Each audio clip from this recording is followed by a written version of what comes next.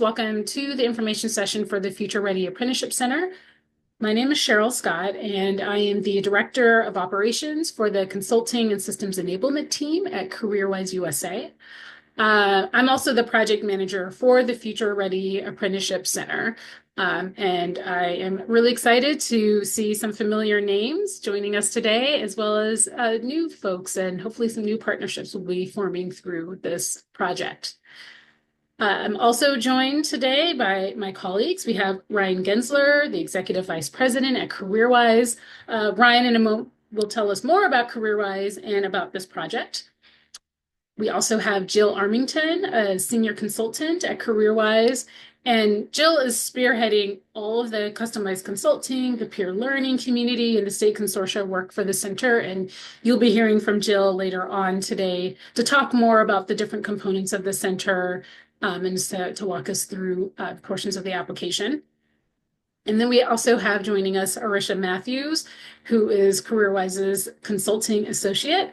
Arisha is the person powering the chat and dropping the links and making sure this whole session today runs smoothly. And for those of you who reached out to us via email or through our info, through our website information form, Arisha is probably the person that you heard from and has been fielding a lot of the Q&A and helping to build the infrastructure for this project. And Arisha will be monitoring the chat, so we will take some time throughout the presentation today to see if any questions come up that we can answer as we share information. And then again, we're going to try to reserve a good chunk of time at the end for open Q&A. So we may reserve answering those questions that you may have during that time. So here's what we hope to cover today. We're in the middle of the welcome and introductions. Again, you'll be hearing from Ryan shortly, who will be introducing CareerWise and then walking us through the Future Ready Apprenticeship Center, the different components and exciting opportunities through this project.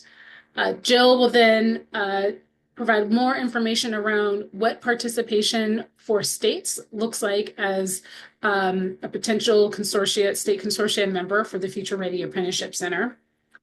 Then we're going to dive in deeper on specifics on the application, some details, and I imagine that many of you have joined today to get some of your questions answered around the overall application. So we hope that we answer them all after today's session, particularly in that time.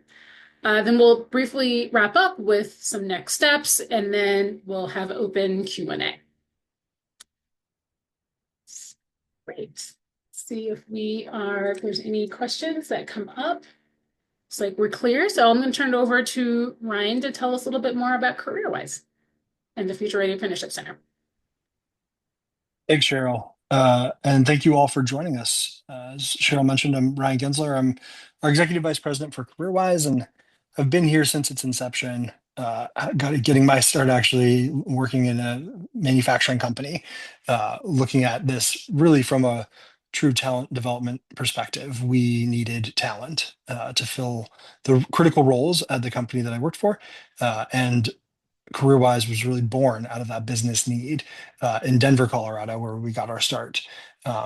We are now 10 years in and have a vision that every young person has a pathway to their American dream. And we believe that apprenticeship is one of the best mechanisms for upward mobility, for economic mobility, for the opportunity to really hone in what you're learning, why you're learning it, and applying it in a way that teaches you your own value, as well as helps you provide value to your community, to companies. It's a win-win-win for employers, for students and families, and for communities, which is why we're excited to be able to work on this project and help architect systems that scale and sustain youth apprenticeship pathways for young people. If you go to the next slide. CareerWise, as I mentioned, has been at this for about 10 years now. We do that as apprenticeship sponsors. We are the sponsor for Registered Apprenticeships Group, a group sponsor across myriad industries, ranging from education with teacher degree apprenticeships and healthcare programs, tech companies and tech occupations, advanced manufacturing, and much in between all of that. We do that in Colorado as well as in New York. But we also have a network of other communities, other organizations that we work with across the country, providing tools and resources, best practices, and facilitating discussion across sites to help improve programs that exist, scale programs, and create programs, leveraging different intermediary partners as the key to that. We look at intermediaries as a pretty critical infrastructure across the country, and we work with nonprofits, community colleges, workforce boards, school districts, and other types of partners as that intermediary hub in those communities that we support. And all of that gives us a lot of great information about what's working, what's not in our systems, how we can then remove barriers, enable opportunities for growth and scale, and improve program outcomes, as well as ensure that there's sustainable funding for these types of programs, which is what we use to inform advocacy work at the local, state, and federal levels. Go to the next slide.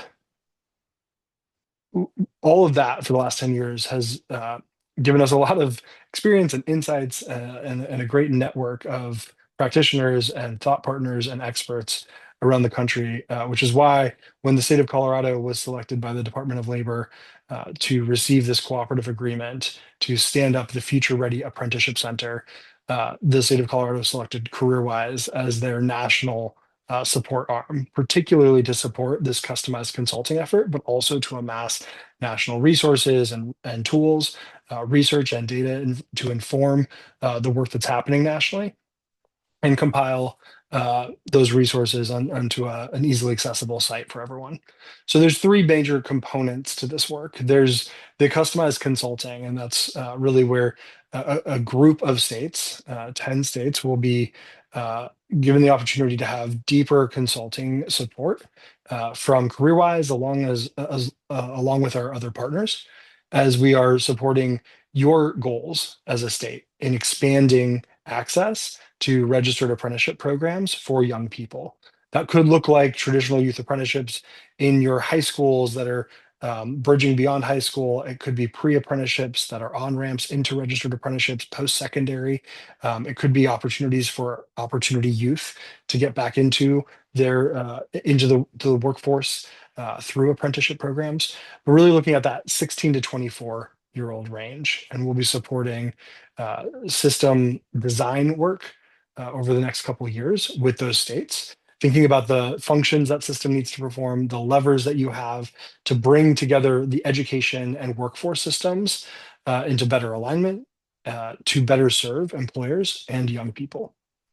We'll help with those state plan development with those 10 states, but we'll also have a community of practice. We'll have virtual events, webinars. We'll be publishing resources that we learn through the deep work with these 10 states, but also through our other experience and national partners, and putting out resources to help the broader field.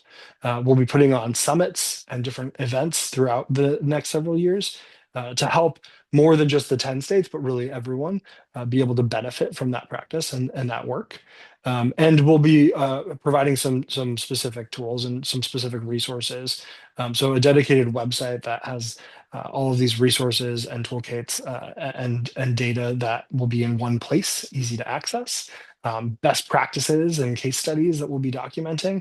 And then for the 10 states that get the additional customized consulting, there'll be a $200,000 grant, which is why you all are here for the application that is out now. And with that, we'll be able to share a little bit more about what you will do with the $200,000 and what you will get in addition to the $200,000 from a great network of partners that we've amassed for this project.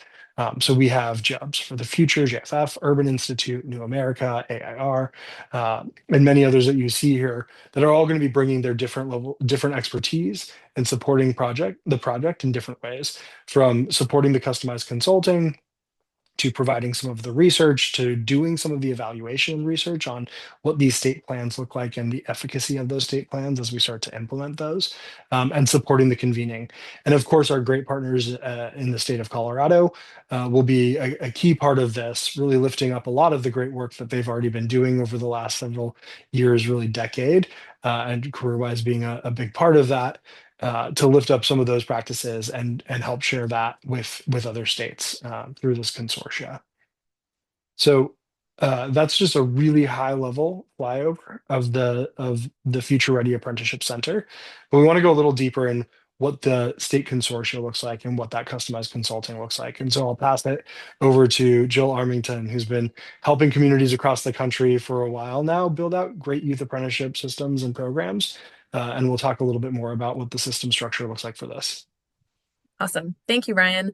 Good to see you all, and thank you so much for being with us. We're, of course, very excited to be talking about this opportunity with you all. And as Ryan said, he's kind of provided the flyover. I'm going to go a little closer to ground level here by talking about how states in the consortium would participate.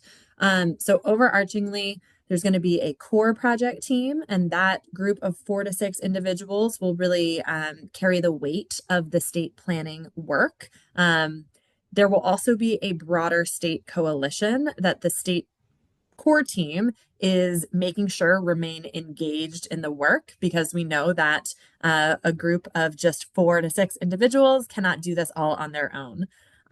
So the core project team, we want to make sure has representation from education, from the CTE space, from the state apprenticeship agency, or otherwise, the Office of Apprenticeship related entities, as well as industry or business represented as well.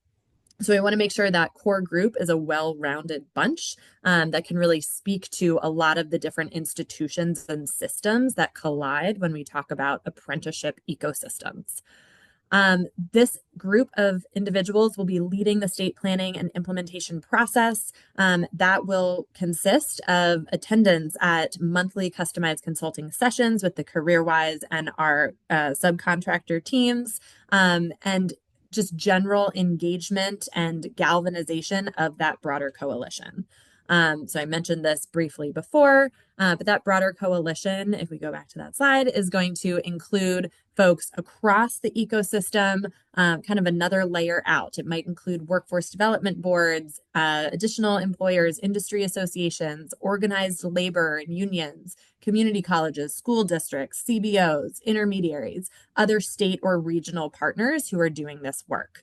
So really to ensure that this feedback loop exists, where voices from across the state are being heard within the state plan.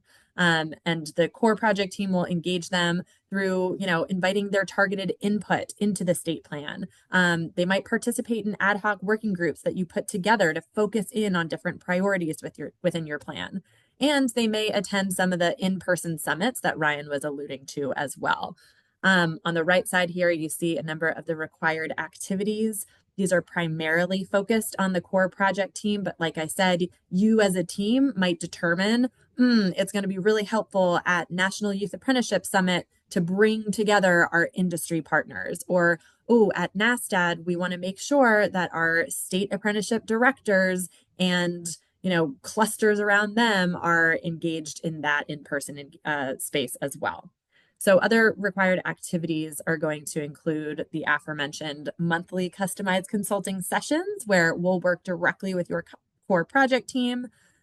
Your core team is going to bear the brunt, really be responsible for developing the state plan, although our customized consulting will really help you along in that journey. But we want to make sure you are owning that. It is your plan. We are not writing it for you. We are not telling you what to do. We're helping hold the space for you to make that a possibility and a reality for your state.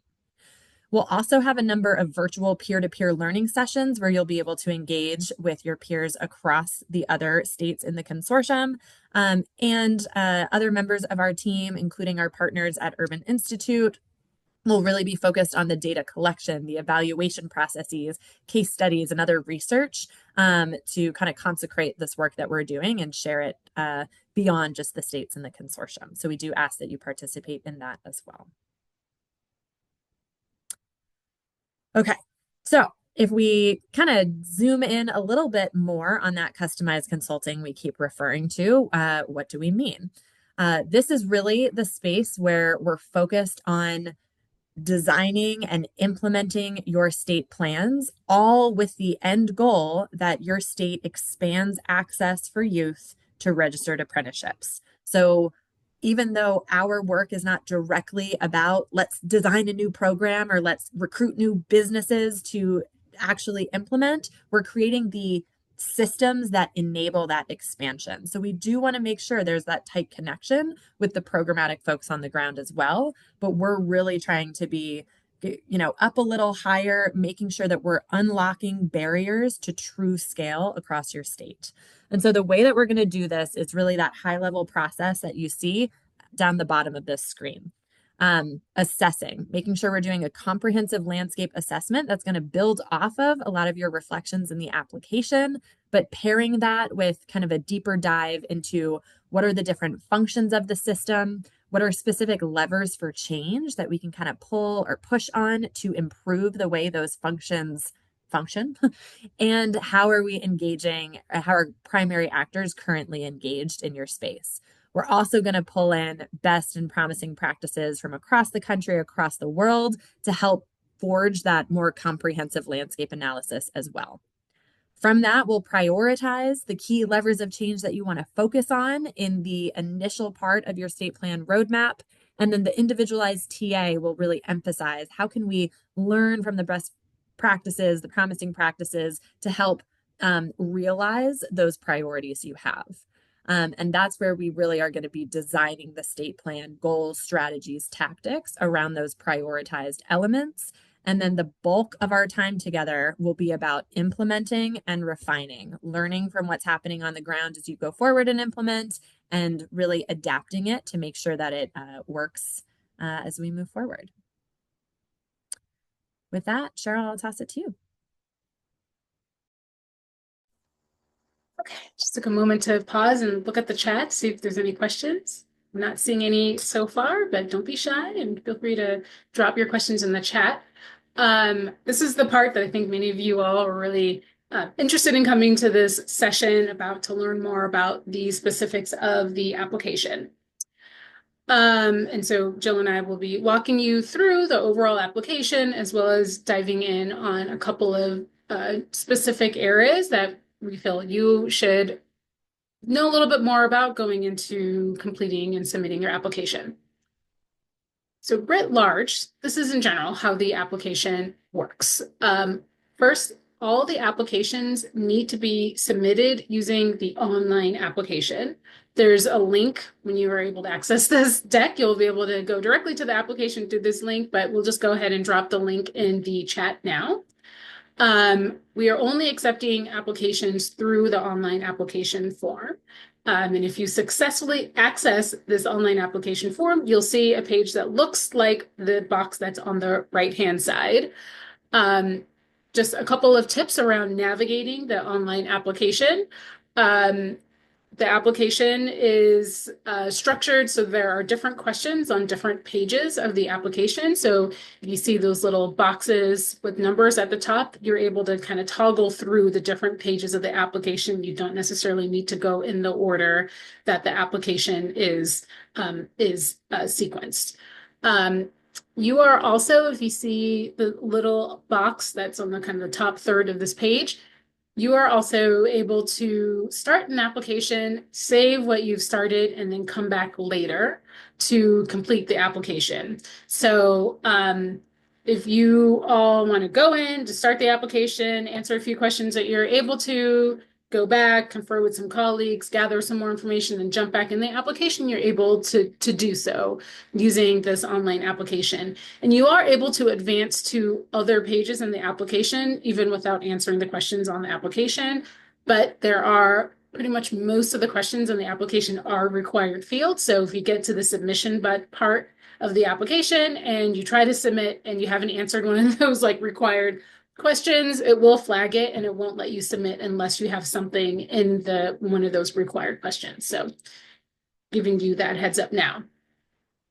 If you want like a comprehensive view of everything that's in the application, all the questions, all the prompts that are in there, we have a PDF version of this application. We're calling it the application worksheet, but literally it's word for word what's in that online application. So this is an opportunity for you to kind of sift through and see the full picture of the application.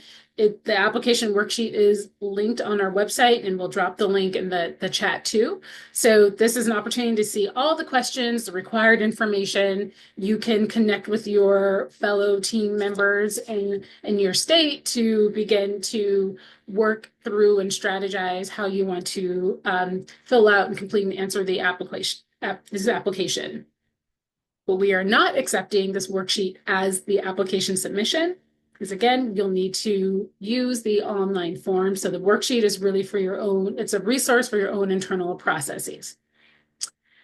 And we are also accepting only one application per state. As Jill and Ryan explained, this project is really around state systems coming together and acting collectively and focusing on alignment across education, workforce, apprenticeship, in connection and in coordination and partnership with industry and labor at that state level. So we are looking for one application per state that really speaks to this project team, this internal coalition that is forming within the state and will be poised to engage in all the different components of the center that Jill went over in a few previous slides. So I recommend, if you are curious as to who else in your state is looking at this and considering submitting an application for your state, connect with your colleagues in your different state systems and ask them, and make sure you all put your heads together and work collectively on submitting one application per state. Also, as a heads up, one of the required documentation that we are asking for in the application is a letter of support at that chief executive level, so of your state, so the governor or lieutenant governor.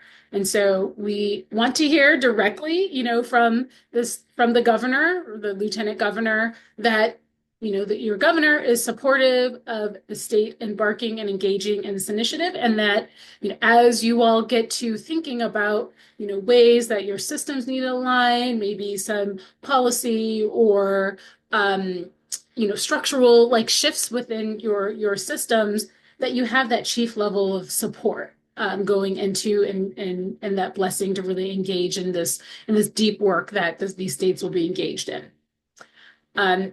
However, if your state has signed on as participating in CareerWise's Education and Apprenticeship Accelerator program, the EAA program, your governor has already provided that level of support for this type of work. So you don't need to submit a letter of recommendation from your governor if you are an EAA state.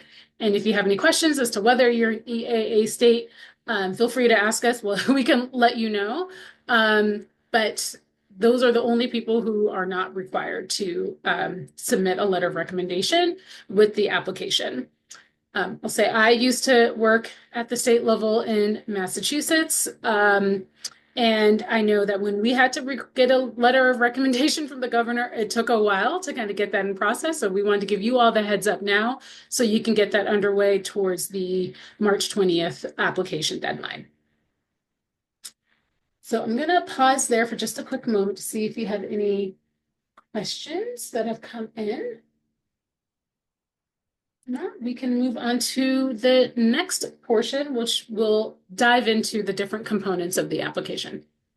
On to you, Jill. Thank you. Okay, so Cheryl kind of walked through the nuts and bolts of the applications, which I believe are due on March 20th, to answer Jennifer's question in the chat. So Cheryl, please correct me if I'm wrong, but I believe that is the date. So between now and then, in terms of the content of the application that you'll need to focus on, there are these 7 sections to the application. So The first, which I'm going to go into more detail on the next slide, is the landscape analysis. So this is really about getting a clear picture and you demonstrating your understanding of the current state of apprenticeship affairs in your state. Again, we'll talk about that a little bit on the next slide. The next piece is the statement of need. So this is really about the extent to which your state will benefit from engaging in the center. So while this application is an opportunity for you all to kind of strut your stuff and say, hey, here's what we have working and here's the irons in the fire we have so far, we are not just, picking the ones that have this all figured out, right? Also, who really has this all figured out? But the statement of need is really about you demonstrating the benefits that you hope to derive from participating in the center. We really are looking for a diversity of states, folks who are early in their engagement, folks who are more advanced in their development of apprenticeship ecosystems. And we'll talk more about that with the landscape analysis here too. The third piece is commitment to expanding youth access to registered apprenticeship. So this is where you have a chance to really speak clearly and strongly about your state's vision for expanding youth access to registered apprenticeship. Leaning into that commitment piece as well, you'll see that really comes through in number 4, state level commitment, making sure you have executive leadership that are demonstrating their support, that you can show policy and political alignment with this, and really progress towards infrastructure or funding commitments to registered apprenticeship and specifically for youth in your state. And then 5 is about the committed project team. So this is where you have a chance to, as I spoke earlier, list your 4 to 6 core project team members, demonstrate that they will be committed in terms of capacity and time. They have decision-making authority, and that you also have a committed broader coalition that will be mobilized in this work as well. And so I really want to emphasize that strand, cutting through those middle 3 buckets of commitment. We are really looking for states who are committed to doing this work and making the systemic changes necessary to expand youth access to registered apprenticeship. Number 6 is about broader partner engagement and mobilization. So talking about strength of partnerships and plans for collaboration and coordination with different regions and coalitions across your state, and how you will engage them in implementation. And then last is the budget and sustainability piece, which Cheryl will talk about here momentarily, that really gets into how you plan to spend down that $200,000 award. So as promised, just kind of a double click here into the landscape analysis. This is a space where we're going to be asking you to self-reflect on kind of the current state, the strengths, weaknesses, threats, opportunities within these different areas. And you'll have an opportunity to kind of rate yourself on a Likert scale of, how effective are these areas? How strong are these areas? And you'll also have the opportunity to provide a short narrative explanation of that self-score. I'm going to emphasize that your self-rating of, oh, we're really strong in industry, or we have a lot of room to grow in our K-12 infrastructure and how it does or does not enable apprenticeship. Those self-ratings do not equate to your score for this section, right? As we're scoring applications, we are not just going to say, oh, great, Alabama gave themselves 5s across the board. They get 35 points for this section. Not how it works. What we are really looking for here is quality, clarity, and thoroughness of your narrative responses, you demonstrating a depth of understanding about your current landscape. And again, the extent to which you're articulating your level of readiness and your need, kind of what you're hoping to achieve through this center experience.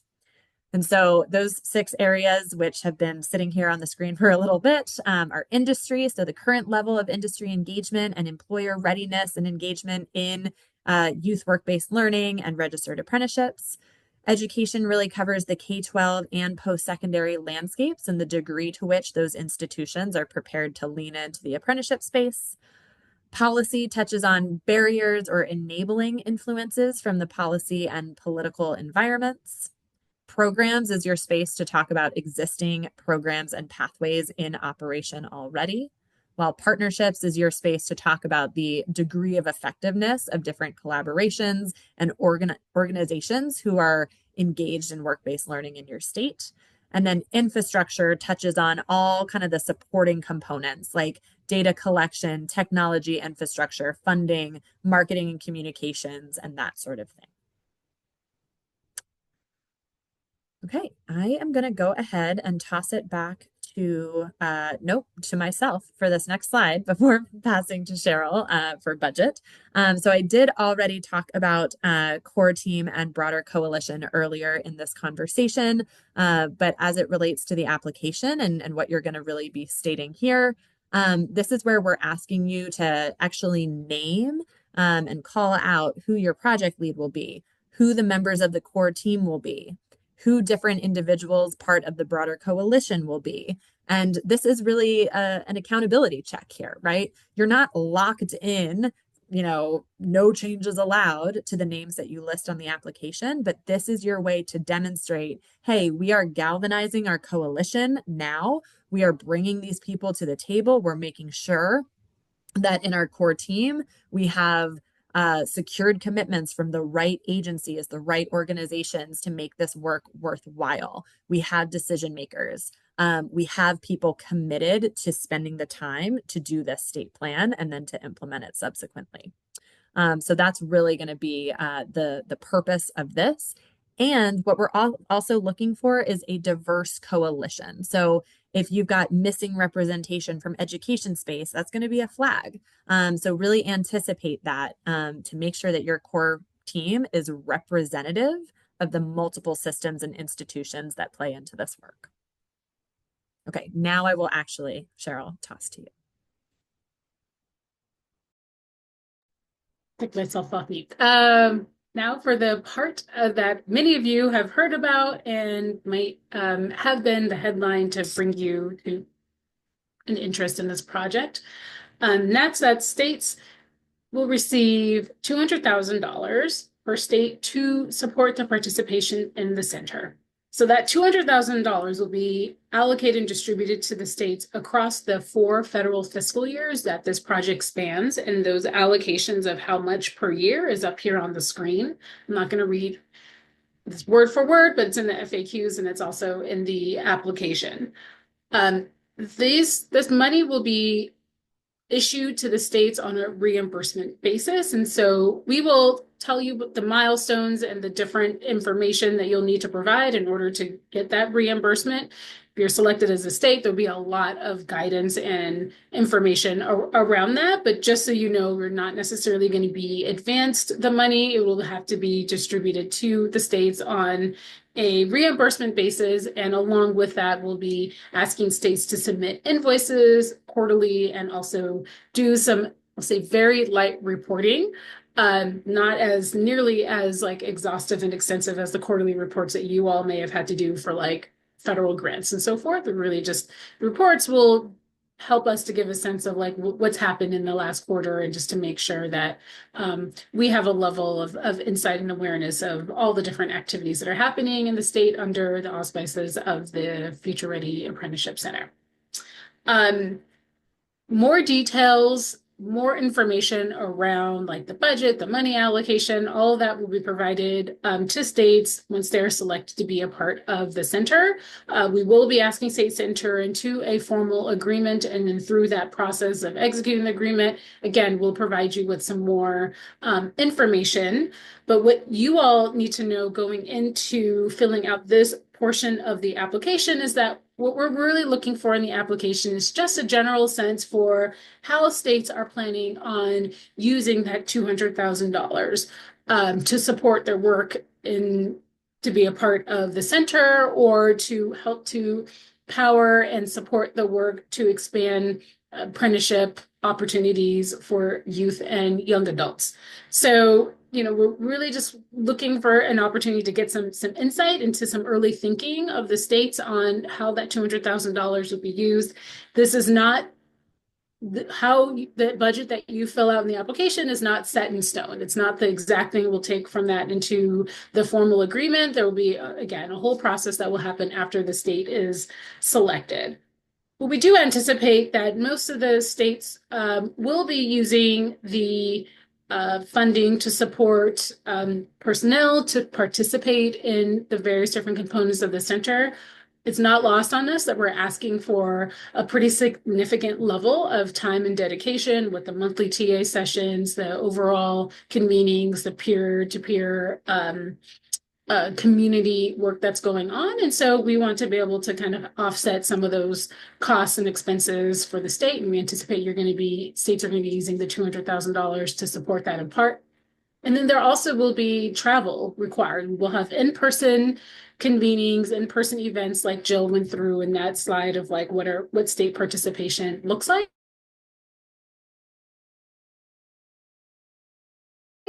So again, we anticipate to support that level of travel and engagement in the center. So that's why travel and personnel are kind of pre-populated in that budget form in the application. But there's also a space for other, because I'm sure there will be other components that you all are thinking about as a state. And so we request that you just fill that out, just give us a sense of how you all are thinking about that.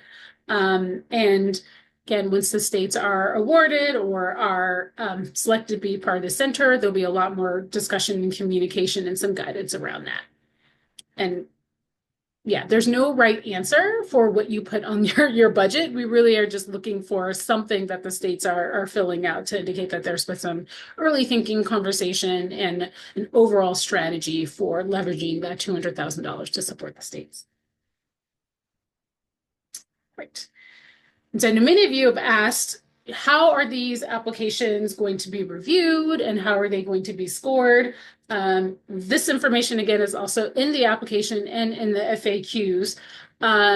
First, you need to know, and I put that in the chat, but the application is due on March 20th. That's a very hard and fast deadline. We are really looking to review the applications and be able to announce the full state consortia during a National Apprenticeship Week. So that will get us to be able to really get the work started and take advantage of a lot of momentum around apprenticeship to announce this, to announce the state consortia.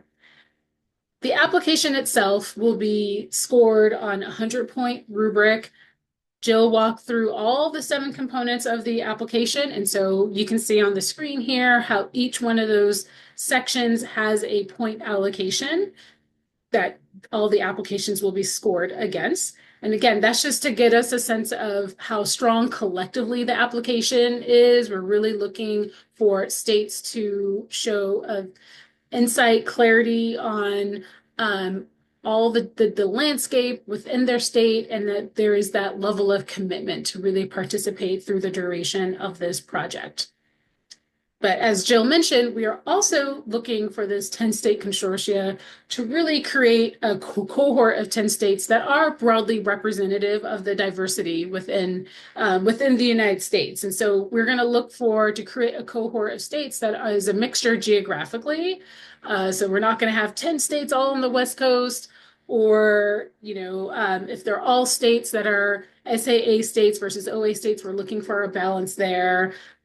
Different states that have different successes and challenges and areas of maturity in that landscape profile. So we're really looking for an opportunity to, again, create that not only that diversification within the states, but an opportunity for states to learn from each other in terms of what's worked really well from that state and what are some ways that states can learn from each other, and varying levels of experience and maturity along with those different dimensions within that landscape profile. So in addition to the scoring, we will also be incorporating this balance around the diversity within that state cohort, and that's how our team will be scoring the states. And the selection team will be comprised of both career-wise staff, also some of our staff from those partners that Ryan mentioned at the top of today's session. And then also the Colorado Department of Labor and Education will be a part of that selection process as well. Great. Okay, so wrapping up and then opening up the lines in just a moment. This is what's to expect from here on to when we really launch the state consortia. So again, the application is March 20th. It's due March 20th, 2026. It's due at midnight, whatever local time is for you. East Coast, West Coast, Hawaiian time, whatever the time is at midnight, that's when the application is due.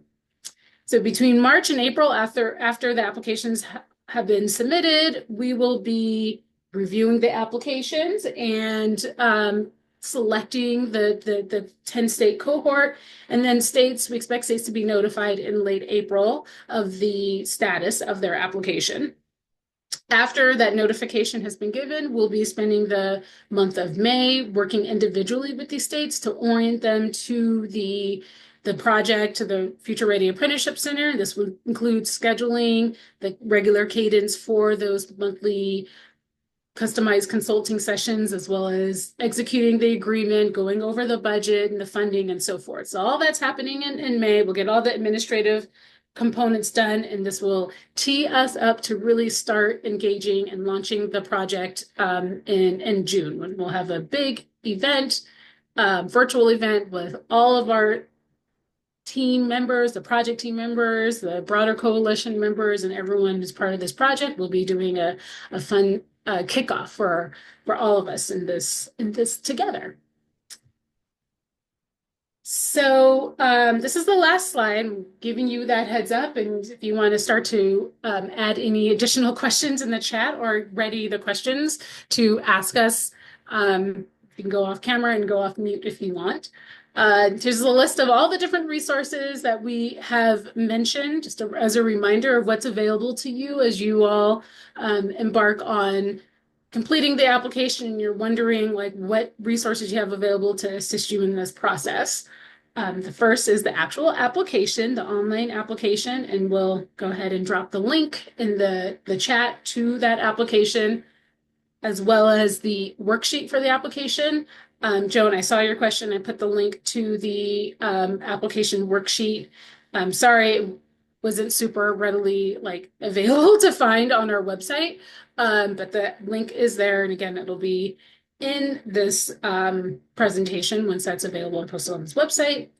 We have our FAQs, and we will be adding to the FAQs as we hear questions from you all. If there's parts that are not clear and you need some further detail on, we'll make sure that we are communicating that broadly and widely through our FAQ document. And Arisha, if you can put the link to the FAQ in the chat, that would be great. If you need to reach out to us, if you have any questions that you want to kind of take with us, up with us individually, you can reach out to us in one of two ways. We have an online interest form, and I think many of you have filled this out. So it's just a form. You give your name and what your question is, or a comment, or any information you want to share with us. That gets monitored by multiple different people, and we generally respond to you within 24 business hours. And really, it's mostly Arisha. So thank you, Arisha, for taking the lead on that and being so responsive and responding to people. And then we also have an email. Our email address is here on the screen, and we'll put the email address in the chat too. And again, like the interest form, we try to respond to people very quickly, particularly now that we know you all are in the application development phase. And so we want to make sure you get your questions answered right away, so as not to hold up the progress that you all are making within your states. As mentioned at the top, this information session, this recording, and the deck will be posted up on our website. Can expect that probably early next week, but if you wanted to relive the magic of this information session, you will be able to watch this video.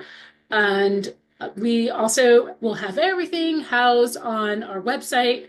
We'll go ahead and drop the link to that website one more time in the chat.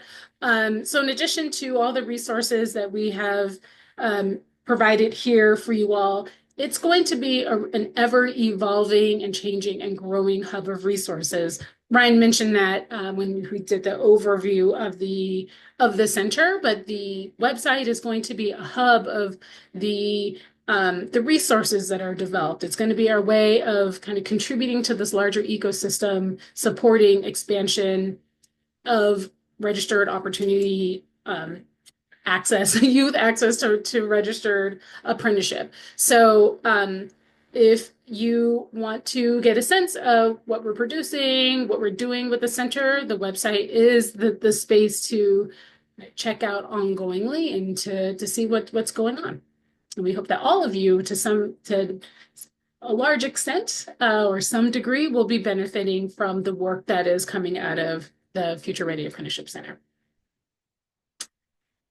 And with that, that is all the content that we have to share with you all. It was a lot of information, but hopefully you got most of your questions answered. I'm going to do a sweep to see if Jill, is there anything else you would like to say, or Risha, if there's anything you would like to add before we open up the lines.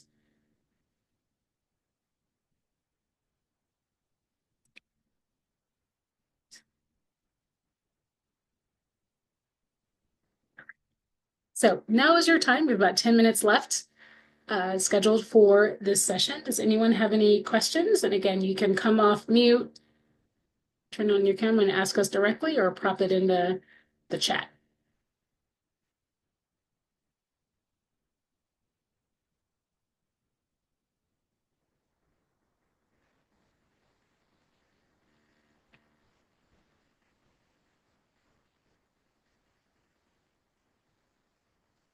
Hopefully the lack of a rush to questions and so forth means that we covered everything that you wanted.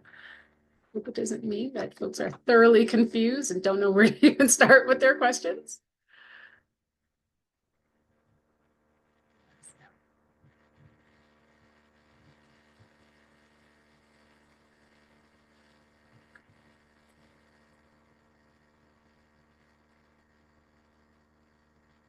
So if there aren't any questions right away, the CareerWise team will stick around for a while longer, but unless you have questions that you would like to have answered, we don't want to hold you longer than you would like to be here. So feel free to log off, and you know where to find us if you have any further questions, or you can stick around and we'll be around answering questions. There is a question that just came through in the chat, Cheryl. Great. Yes, we see that from Dr. Cinda. In the application, I'll just read it out loud. There are a lot of concepts to consider in our responses, but the word counts are relatively short. Other than ensuring we answer each of the questions, is there a way to identify how to prioritize the suggested considerations? Does their order matter?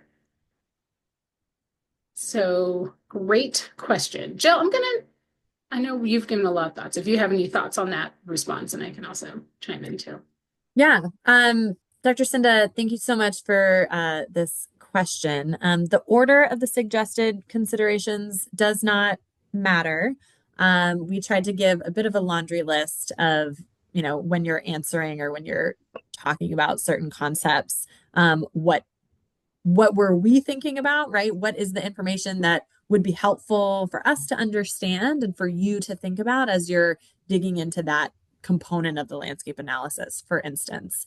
The intention behind keeping the word counts relatively short is to communicate to applicants that we are not looking for,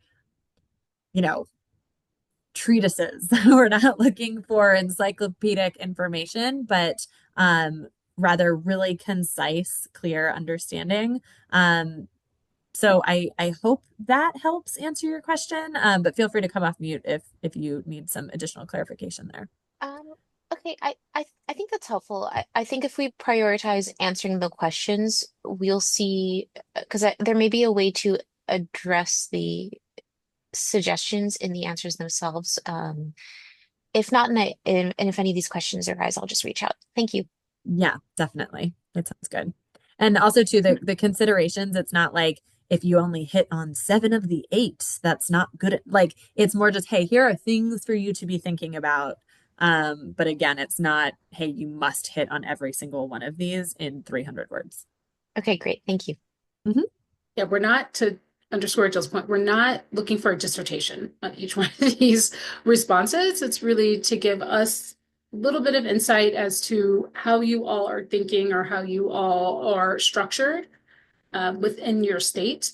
They're short on purpose because we don't need for you all to give us the total download of like everything. It's just really kind of a quick, most high level indication that will answer those questions.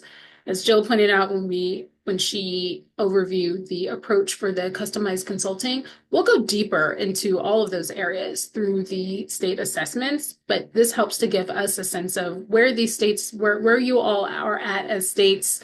It'll help us also to refine our customized consulting that we'll be providing the states as we see where our states needing more resources or more support, as we can tell from the application. So it is perfectly fine to have like short responses. You do not have to be super detailed. And if you don't have a response to one of the narrative questions, that's perfectly fine too.